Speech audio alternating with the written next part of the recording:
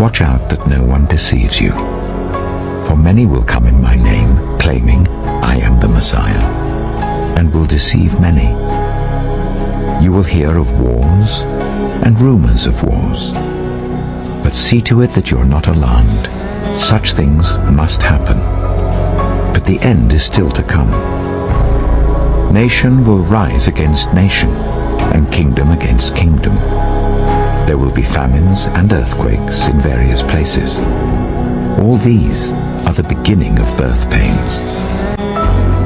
Then you will be handed over to be persecuted and put to death, and you will be hated by all nations because of me. At that time, many will turn away from the faith and will betray and hate each other.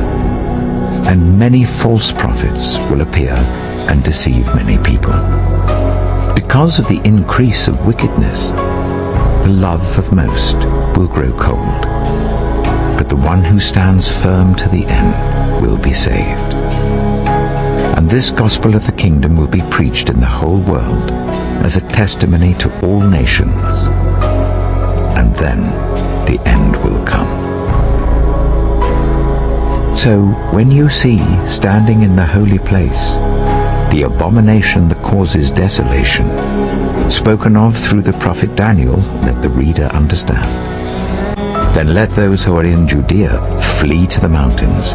Let no one on the housetop go down to take anything out of the house. Let no one in the field go back to get their cloak. How dreadful it will be in those days for pregnant women and nursing mothers. Pray that your flight will not take place in winter or on the Sabbath, for then there will be great distress unequaled from the beginning of the world until now, and never to be equaled again. If those days had not been cut short, no one would survive.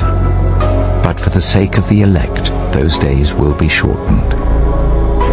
At that time, if anyone says to you, look, here is the Messiah, or there he is, do not believe it.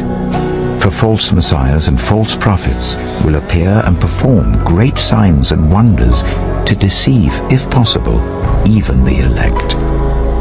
See, I have told you in advance. So if anyone tells you, there he is, out in the desert, do not go out. Or, here he is in the inner rooms, do not believe it. For as lightning that comes from the east is visible even in the west, so will be the coming of the Son of Man. Wherever there is a carcass, there the vultures will gather. Immediately after the distress of those days, the sun will be darkened and the moon will not give its light. The stars will fall from the sky, and the heavenly bodies will be shaken.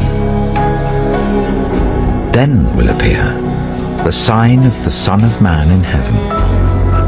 And then all the peoples of the earth will mourn when they see the Son of Man coming on the clouds of heaven with power and great glory. And he will send his angels with a loud trumpet call, and they will gather his elect from the four winds, from one end of the heavens to the other. Now learn this lesson from the fig tree. As soon as its twigs become tender and its leaves come out, you know that summer is near. Even so, when you see all these things, you know that it is near, right at the door. Truly I tell you, this generation will certainly not pass away until all these things have happened. Heaven and earth will pass away, but my words will never pass away. But about that day or hour, no one knows, not even the angels in heaven, nor the Son, but only the Father. As it was in the days of Noah, so it will be at the coming of the Son of Man. For in the days before the flood, people were eating and drinking, marrying and giving in marriage, up to the day Noah entered the ark. They knew nothing about what would happen until the flood came and took them all away. That is how it will be at the coming of the Son of Man. 2 men will be in the field. One will be taken and the other left. 2 women will be grinding with a hand mill. One will be taken and the other left. Therefore, keep watch, because you do not know on what day your Lord will come. But understand this: if the owner of the house had known at what time of night the thief was coming, he would have kept watch and would not have let his house be broken into. So you also must be ready, because the Son of Man will come at an hour when you do not expect him. Who then is the faithful and wise servant, whom the master has put in charge of the servants in his household to give them their food at the proper time? It will be good for that servant, whose master finds him doing so when he returns. Truly I tell you, he will put him in charge of all his possessions. But suppose that servant is wicked and says to himself, "My master is staying away a long time." And he then begins to beat his fellow servants and to eat and drink with drunkards. The master of that servant will come on a day when he does not expect him, and at an hour he is not aware of. He will cut him to pieces and assign him a place with the hypocrites, where there will be weeping and gnashing of teeth. At that time, the kingdom of heaven will be like 10 virgins, who took their lamps and went out to meet the bridegroom. 5 of them were foolish, and 5 were wise. The foolish ones took their lamps, but did not take any oil with them. The wise ones, however, took oil in jars along with their lamps. The bridegroom was a long time in coming, and they all became drowsy and fell asleep. At midnight, the cry rang out, "Here's the bridegroom! Come out to meet him!" Then all the virgins woke up and trimmed their lamps. The foolish ones said to the wise, "Give us some of your oil, our lamps are going out." "No," they replied, "there may not be enough for both us and you. Instead, go to those who sell oil and buy some for yourselves." But while they were on their way to buy the oil, the bridegroom arrived. The virgins who were ready went in with him to the wedding banquet, and the door was shut. Later the others also came. "Lord, Lord," they said, "open the door for us." But he replied, "Truly I tell you, I don't know you. Therefore keep watch, because you do not know the day or the hour." Again, it will be like a man going on a journey, who called his servants and entrusted his wealth to them. To one he gave 5 bags of gold, to another 2 bags, and to another 1 bag, each according to his ability. Then he went on his journey. The man who received 5 bags of gold went at once and put his money to work, and gained 5 bags more. So also the one with 2 bags of gold gained 2 more. But the man who had received 1 bag went off, dug a hole in the ground, and hid his master's money. After a long time, the master of those servants returned and settled accounts with them. The man who had received 5 bags of gold brought the other 5. "Master," he said, "you entrusted me with 5 bags of gold. See, I have gained 5 more." His master replied, "Well done, good and faithful servant. You have been faithful with a few things. I will put you in charge of many things. Come and share your master's happiness." The man with 2 bags of gold also came. "Master," he said, "you entrusted me with 2 bags of gold. See, I have gained 2 more." His master replied, "Well done, good and faithful servant. You have been faithful with a few things. I will put you in charge of many things. Come and share your master's happiness." Then the man who had received 1 bag of gold came. "Master," he said, "I knew that you are a hard man, harvesting where you have not sown and gathering where you have not scattered seed.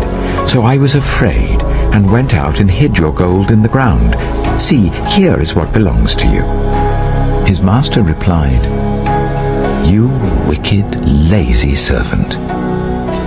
So you knew that I harvest where I have not sown and gather where I have not scattered seed? Well then, You should have put my money on deposit with the bankers, so that when I returned, I would have received it back with interest. So take the bag of gold from him and give it to the one who has 10 bags.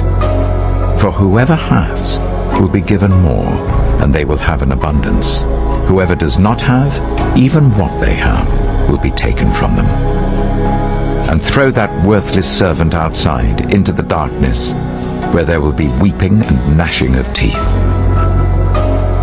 When the Son of Man comes in his glory, and all the angels with him, he will sit on his glorious throne. All the nations will be gathered before him, and he will separate the people one from another, as a shepherd separates the sheep from the goats. He will put the sheep on his right and the goats on his left. Then the king will say to those on his right, "Come, you who are blessed by my Father, take your inheritance, the kingdom prepared for you since the creation of the world. For I was hungry, and you gave me something to eat. I was thirsty, and you gave me something to drink. I was a stranger, and you invited me in. I needed clothes, and you clothed me. I was ill, and you looked after me. I was in prison, and you came to visit me."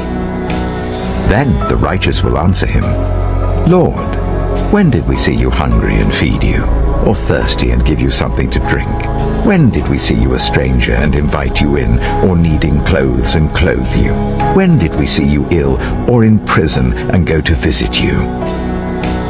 The king will reply, "Truly I tell you, whatever you did for one of the least of these brothers and sisters of mine, you did for me." Then he will say to those on his left, "Depart from me, you who are cursed, into the eternal fire prepared for the devil and his angels. For I was hungry, and you gave me nothing to eat. I was thirsty, and you gave me nothing to drink. I was a stranger, and you did not invite me in. I needed clothes, and you did not clothe me. I was ill and in prison, and you did not look after me." They also will answer, "Lord, when did we see you hungry, or thirsty, or a stranger, or needing clothes, or ill, or in prison, and did not help you?" He will reply, "Truly I tell you, whatever you did not do for one of the least of these, you did not do for me." Then they will go away to eternal punishment, but the righteous to eternal life.